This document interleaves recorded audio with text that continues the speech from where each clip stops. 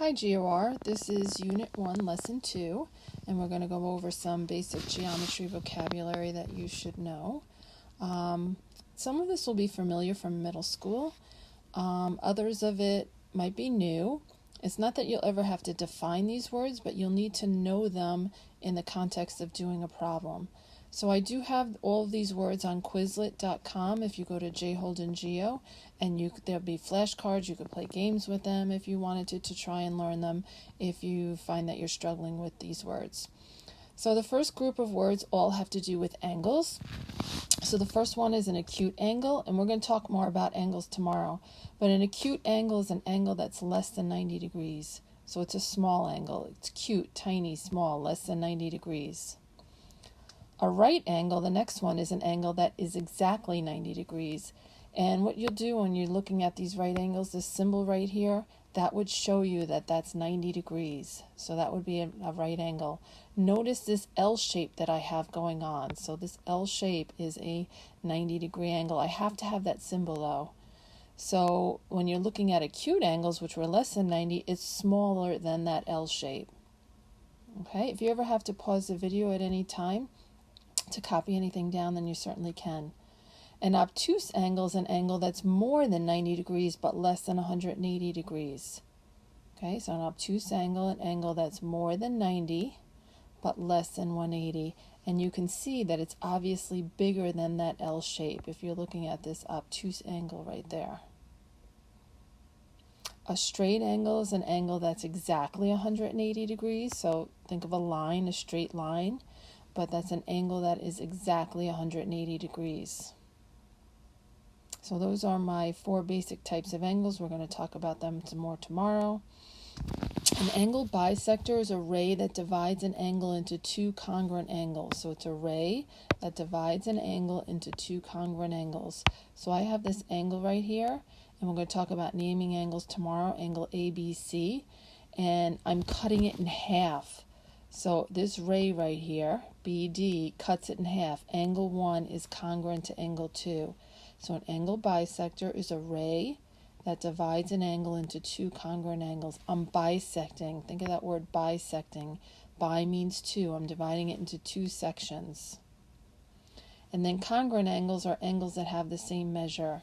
So this angle right here is 50 degrees, and this angle right here is 50 degrees. They have the same measure. All right, so that's all my angles. Again, pause the video if you need to. Now triangles, this should be easier because a lot of these triangles have to do with the types of angles that are in them. So the first one is an acute triangle. An acute triangle is a triangle that only contains angles that are less than 90 degrees. So each of these angles here, this one, and this one, are all less than 90 degrees. So that's an acute triangle. A triangle that contains only angles that are less than 90 degrees. The next 2 are actually similar. An equiangular and an equilateral triangle are actually the same thing. Equiangular, see that word equal and angles, means a triangle with all angles are equal. So every single angle here is 60 degrees. An equiangular triangle is a triangle with all angles equal. An equilateral triangle is a triangle with all sides are equal. The thing is, though, if all the sides are equal, then all of these angles also have to be equal. So you can't have one without the other. These 2 things are exactly the same, equiangular and equilateral. If all the sides are congruent, all the angles will be congruent. If all the angles are congruent, then all of those sides also have to be congruent to each other. All these sides would be congruent. Okay? An isosceles triangle is a triangle with 2 congruent sides. So notice these little hash marks, they are telling me that those sides are equal to each other. So an isosceles triangle is a triangle with 2 congruent sides. An obtuse triangle is a triangle with one of the angles greater than 90 degrees. So you can see that this angle right here in the bottom right corner is more than 90 degrees. It's bigger than that L shape. If you're thinking of an L, it's bigger than the L. So it has one angle that's greater than 90 degrees. You can only have one angle that's greater than 90 because the three angles of a triangle together all add up to 180. And then a right triangle is a triangle that contains one right angle. So right here in the corner we can see that this angle is 90 degrees, and that's a right triangle. Okay, a right triangle is a triangle that contains a right angle. All right, a few more with triangles. Scalene triangle is a triangle with no sides congruent, so none of these sides, every single side is a different length, every single angle would be a different measure.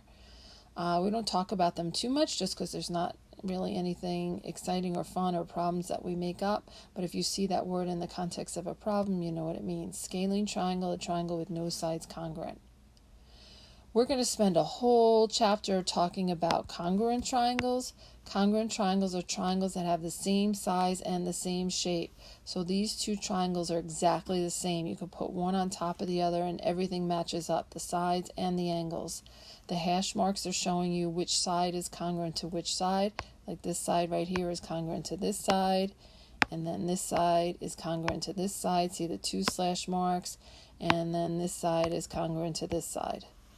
And then each of the angles are also matching up. The left angle is matching up with the left one, the top one's matching up with the top one, the right one's matching up with the right one. Next word is altitude.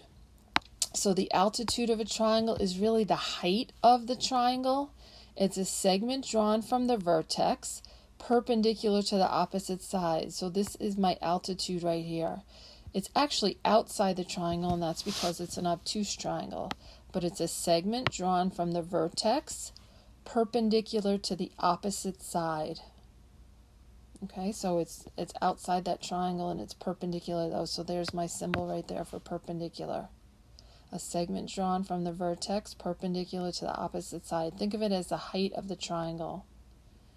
And then I have median. The median is a line drawn from the vertex to the midpoint of the opposite side. So that line BD right there is a line that is drawn from the vertex to the midpoint of the opposite side, and we'll talk about midpoint in a second.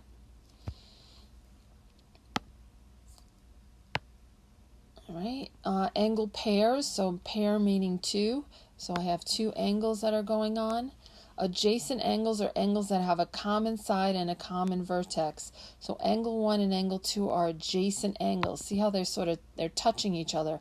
They're sharing that side right there. They're sharing that vertex, which is B, but they're right smack up next to each other. That's adjacent angles, angles that have a common side and a common vertex. Complementary angles are two angles whose sum is 90 degrees.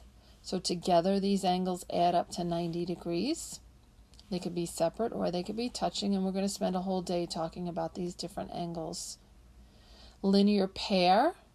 Notice the word with pair meaning two, and we have line right there. So two angles that form a line. A pair of angles that form a straight line. Their sum is 180 degrees. So angle 1 and angle 2 together form a line. So together they equal 180 degrees. It's a pair of angles that form a straight line. Supplementary angles are two angles that add up to 180 degrees. Okay, supplementary angles, two angles whose sum is 180 degrees. So notice together these two equal 180 degrees. Vertical angles are angles that are opposite one another at the intersection of two lines.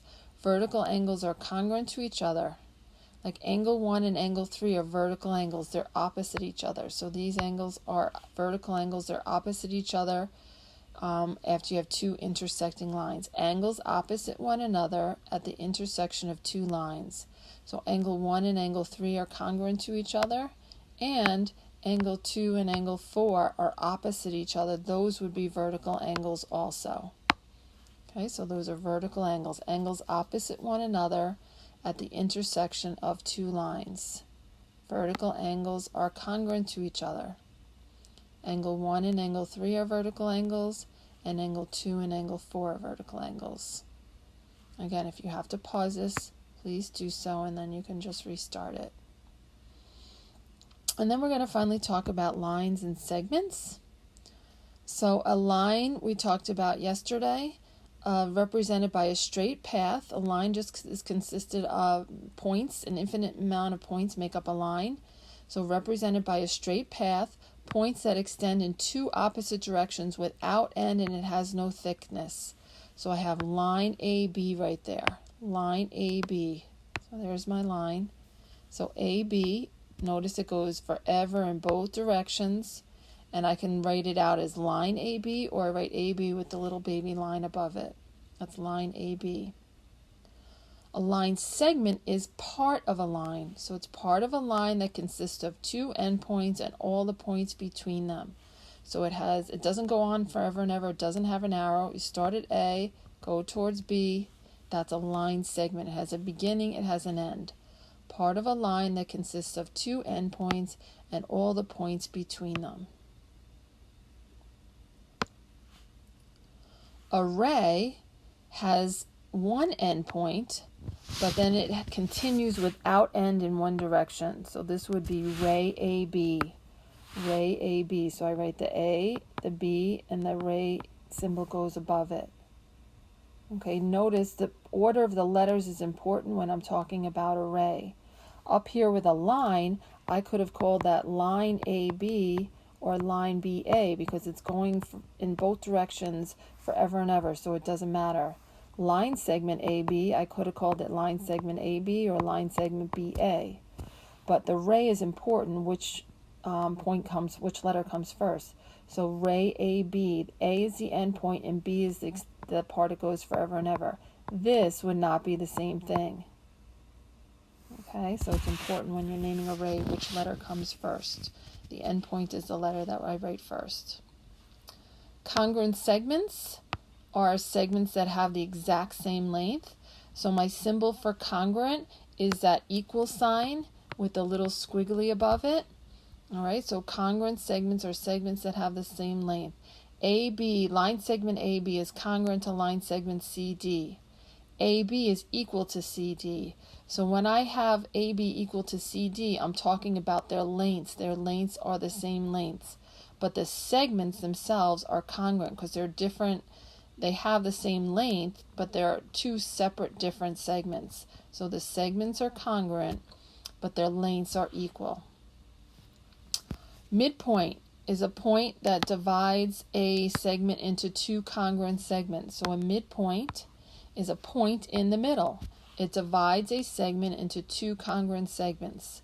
So if C was the midpoint of AB, then AC is congruent to BC. It's cutting it in half. AC is congruent to CB. It's a point in the middle. It's dividing it. Non-collinear points we mentioned yesterday. 3 or more points that do not lie on a line.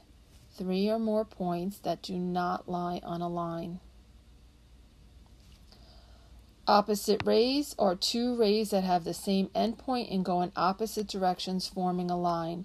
So I have ray KL going this way to the right, and then I would have ray KJ going this way to the left, but together they form a line. Two rays that have the same endpoint and go in opposite directions, forming a line. Parallel lines we'll also talk about. Parallel lines are lines in the same plane that do not intersect.